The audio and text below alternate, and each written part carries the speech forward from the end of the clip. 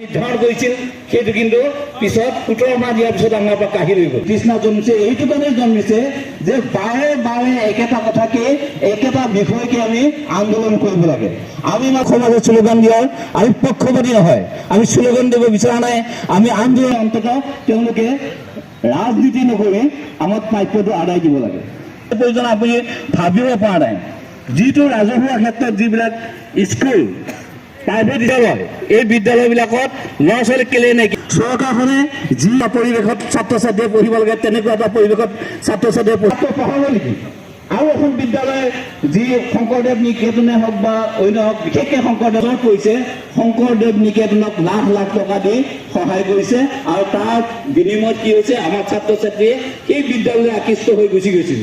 তেনেকুৱা ধৰণৰ এটা নিয়ম কৰি লৈছে। আমি আহ্বান জনাইছোঁ আৰু যিটো এমাল লৈছোঁ যিটো একত্ৰিতকৰণ যিটো নীতি কৰিলে এই একত্ৰিত নীতি আমাৰ ছাত্ৰ ছাত্ৰী সমাজক বহুত মানে ক্ষতি কৰিছে। কিয় ক্ষতি কৰিছে? আমি যদি 1 কিলোমিটাৰ বা আধা কিলোমিটাৰতে আমাৰ ছাত্ৰ ছাত্ৰীয়ে স্কুল গৈছিলে এতিয়া হয়তো তাতকৈ দূৰত বেছি যাবলগীয়া হৈছে। এনেকুৱা ধৰণৰ ইয়াৰ পিছতো আমাৰ অসম ৰাজ্যিক শিক্ষক সন্থাই যোৱা 3 মাহৰ পিছত আলোচনা কৰিছিল। শিক্ষামন্ত্ৰী আমাৰ পেগু দলত আলোচনা কৰিছিল। আলোচনা কৰিলে শিক্ষকক এটাই দিয়ে যে তোমালোকে চিন্তা নকৰিবা, আমি দি আছো কৰি আছো দি আছো কৰি আছো দি আছো কৰিও আমি নেপালো। মই তেনেকৈ আমি আমাৰ কিছুমান মোৰ লগতে বহুতে শিক্ষক জাতিটোক আন্দোলন কৰিবৰ কাৰণে মই বাধ্য কৰিব দিয়া সঁচাকৈ আমি দুখিত। আজি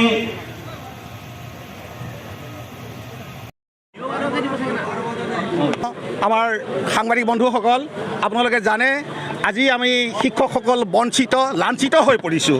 এই সন্দৰ্ভতে আমাৰ সৰ্বভাৰতীয় ভিত্তিত অখিল ভাৰত শিক্ষক সংঘই আজি ধৰ্ণা কাৰ্যসূচী আৰম্ভ কৰিছে সমগ্ৰ ভাৰতবৰ্ষতে। এই অখিল ভাৰত শিক্ষক সংঘৰ মানে অংশীদাৰিত্ব অসম ৰাজ্যিক প্ৰাথমিক শিক্ষক সন্মিলনীও আজি আমাৰ এই ধৰ্ণা কাৰ্যসূচী আৰম্ভ কৰিছে।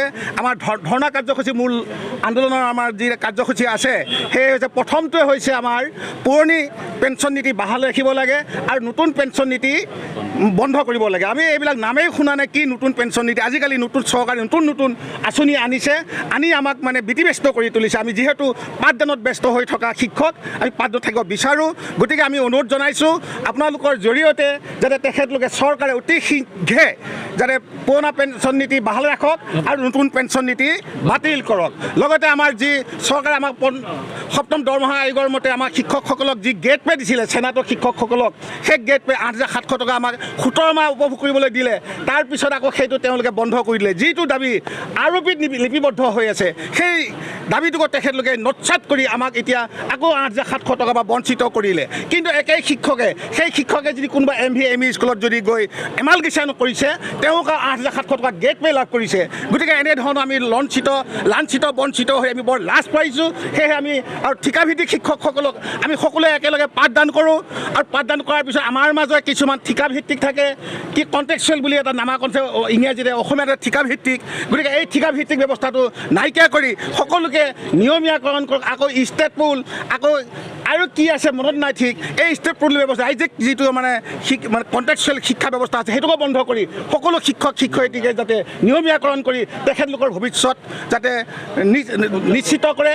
আৰু যি আমাৰ পেঞ্চন নীতি যদি বাহাল নাৰাখে, পুৰণা পেঞ্চন নীতি যদি বাহাল নাৰাখে আমাৰ শিক্ষকৰ অৱস্থা পানীত হাঁহ নচৰা অৱস্থা হৈ গৈছে। আমি দেখা পাইছোঁ, আপোনালোকেও দেখা পাইছে। সেয়েহে মই আপোনালোকক অনুৰোধ জনাইছোঁ যে আমাৰ লগতে যেনে আপোনালোকেও চৰকাৰক দাবী জনাওক আমাৰ পেঞ্চন নীতিটো NPS বাতিল কৰি আমাক যাতে পুৰণি পেঞ্চন নীতি বাহাল ৰাখক। ইয়াৰ সন্দৰ্ভতে আজি আমাৰ এই ধৰ্ণা কাৰ্যসূচী আমি আৰম্ভ কৰিছোঁ।